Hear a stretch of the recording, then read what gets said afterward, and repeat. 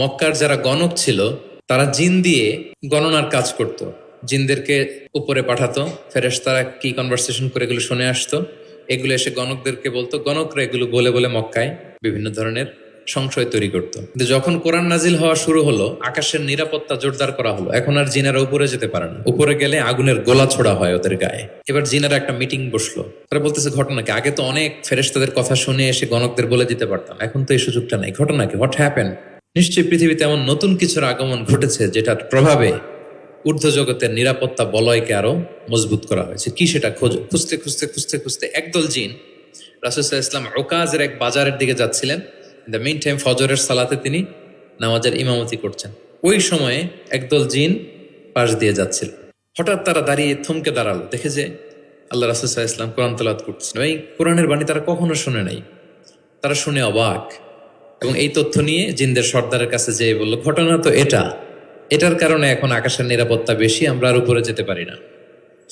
তারা যেয়ে বলল যে আমরা ঈমান এনে ফেলছি ওই নবীর উপর, ইন্না সামি'না কুরআনান আজাবা ইয়াহদি ইলা রুশদি ফাআমান্না বিহ।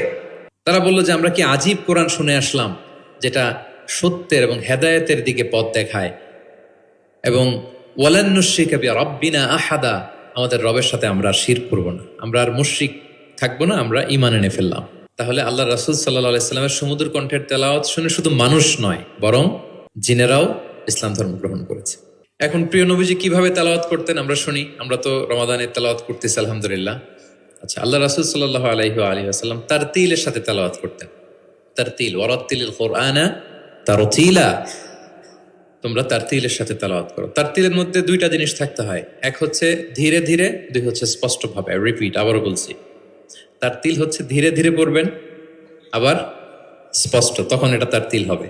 আমাদের বাংলাদেশে আলহামদুলিল্লাহ 1 দশক ধরে আমি বলে এসেছি যে তারাবির সালাতে খুব ধীরে পড়তে হবে, কোরআনের হক আদায় করে তারতিলের সাথে। আলহামদুলিল্লাহ অনেক বলার পরে এখন অনেক মসজিদে আলহামদুলিল্লাহ মসজিদ কমিটি সচেতন হয়েছে, ভালো কারীরা, হাফেজরা তারা খুব ধীরস্থির ভাবে পড়ায়। তারপরেও গ্রাম বাংলায় বা অনেক এলাকার মসজিদে এখনো এমনভাবে কোরআন তেলাওয়াত করা হয় দ্রুত খতম দেওয়ার জন্য, এটা কোরআনের সাথে এক প্রকার বেয়াদবি হয়ে যায়।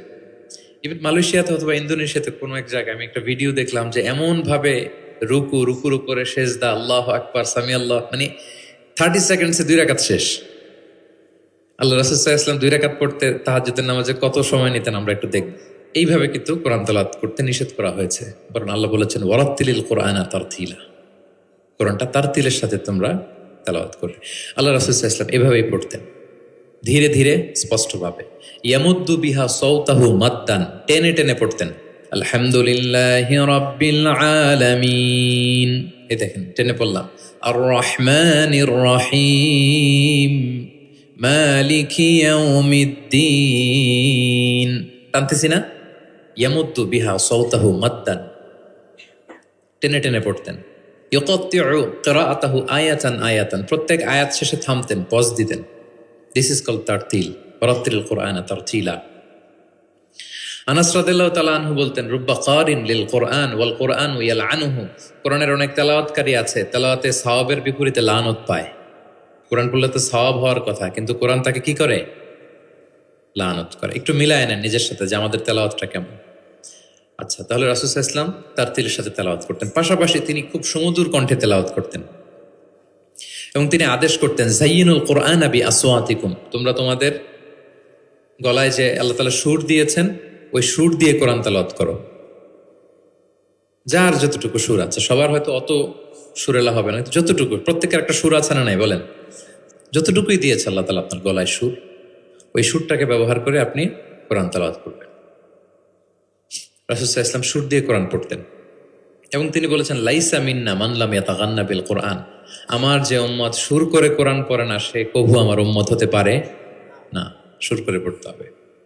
বারা ইবনে আযিব রাদিয়াল্লাহু তাআলা আনহু বলেন যে আমি একবার দেখলাম এশার নামাজের সময় তারা রাসূলুল্লাহ ফিল ইশাই বিত্তিনি ওয়াজ যাইতুন, মানে ওয়াত্তিনি ওয়াজ যাইতুন ওয়া তুরি সিনিন, এই সূরাটা দিয়ে রাসূল সাল্লাল্লাহু আলাইহি ওয়াসাল্লাম দেখলাম একবার এশার নামাজের ইমামতি করতেছেন।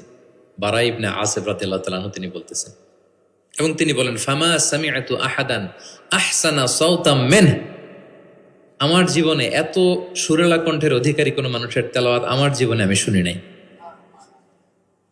বারা ইবনে আযিব রাদিয়াল্লাহু